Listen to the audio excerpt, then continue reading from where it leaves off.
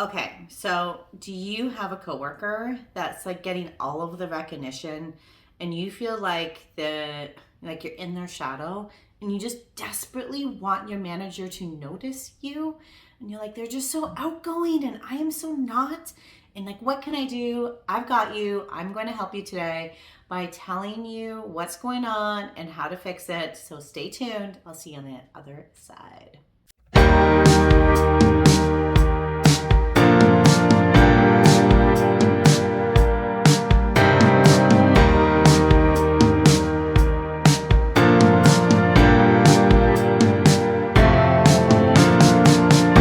Hello, hello. My name is Sarah Curto, and I am a certified career and leadership coach.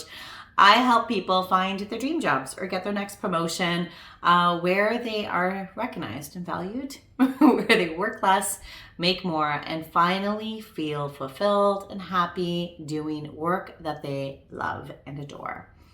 I come here every week to this little YouTube channel to share my wisdom with you, my secrets of working behind the scenes, everything I've learned from my mental health counseling, a lot of my many years in talent acquisition, and my 6 years in coaching, so that it makes it easier for as many people, thousands of people, to find work that they love, so we can have 80% of people who love their work instead of the 80% of the people hating their work. We spend too much time at work for us to hate it or even tolerate it. So anyway, hit subscribe, comment below something you've learned, or just say hi, tell me where you're from, hit the like button so that I can spread this word as far and wide as possible. Thank you.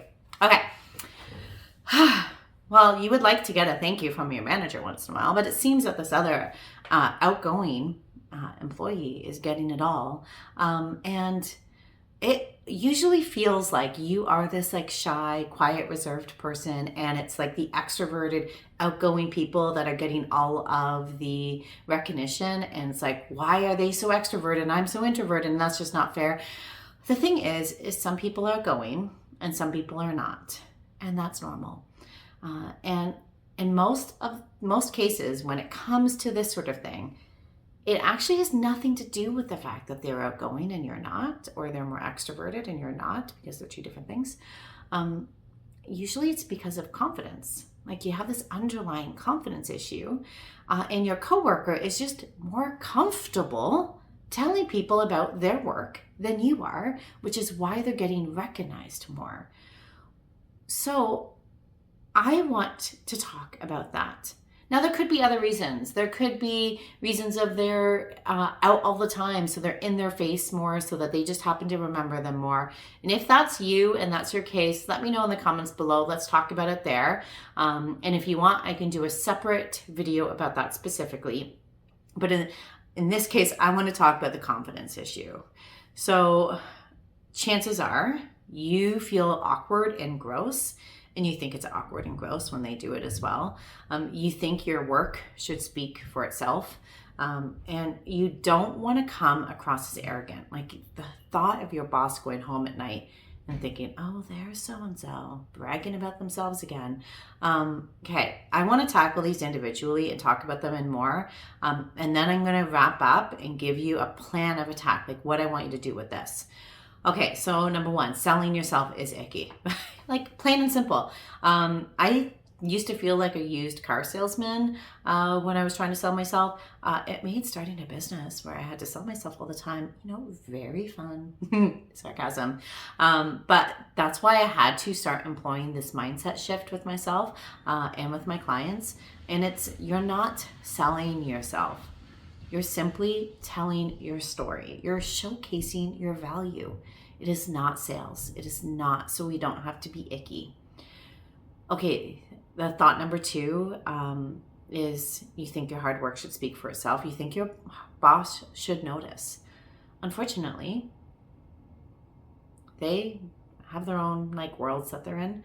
And when we're desperate to have our bosses recognize our hard work, ideally out of the blue, That's when we desperately need external validation.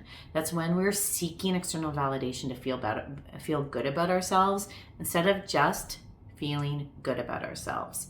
So sometimes we need to tell them or show them, talk to them about our wins so we can get that recognition to pop them out of their own head and into this world so that they can actually recognize you.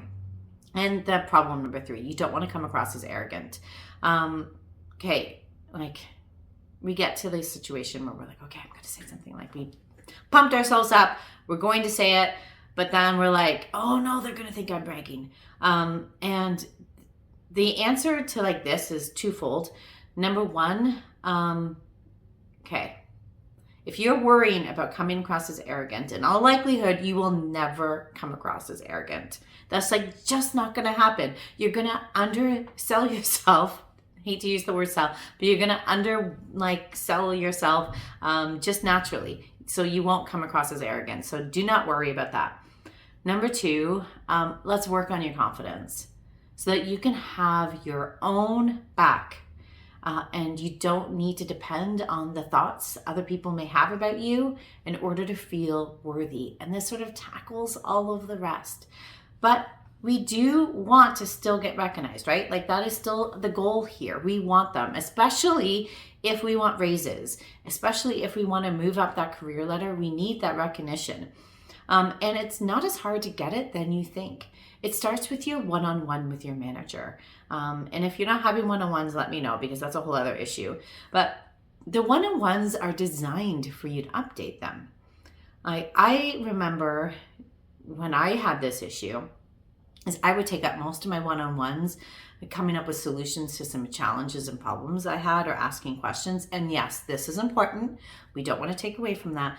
I do also wish I could go back and start each of my one-on-ones with all of my wins. And here's the thing. A one-on-one is a mix of an evaluation of the week that's passed and a planning session for the week that's coming up ahead.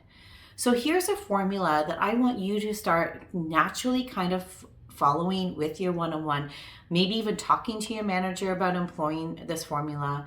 But you can always just sort of have this in your head.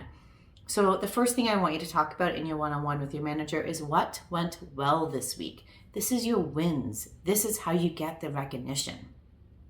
And then what could have gone better? And then what's coming up next week? And then what you need from them. So what went well? What could have gone better? What's coming up next week, and what you need from them. So what this does is that's like, this is a whole other thing, but this is like the ideal one-on-one format. I should do a whole YouTube on this just so you can send it to your manager so that they can follow it. But it allows you an opportunity to naturally talk about your wins so that they could then naturally recognize you. So I hope that helps. Let me know in the comments below. Otherwise, I will see you here next week. Yes, next week for another training. I'm filming a bunch. If you watched my A Week in the Life of, I'm filming a bunch. I'm trying to think when this one will go because I'm taking a couple weeks off for Christmas, which you've already noticed because it is now January. Okay. Have a great day. Take care. Bye. If you liked this video, then I invite you to join me in the Find Your Dream Job program, where you work less, make more money, and finally feel fulfilled doing work that you love. Find out more at www.sarahcurto.ca/CYLA. See you there.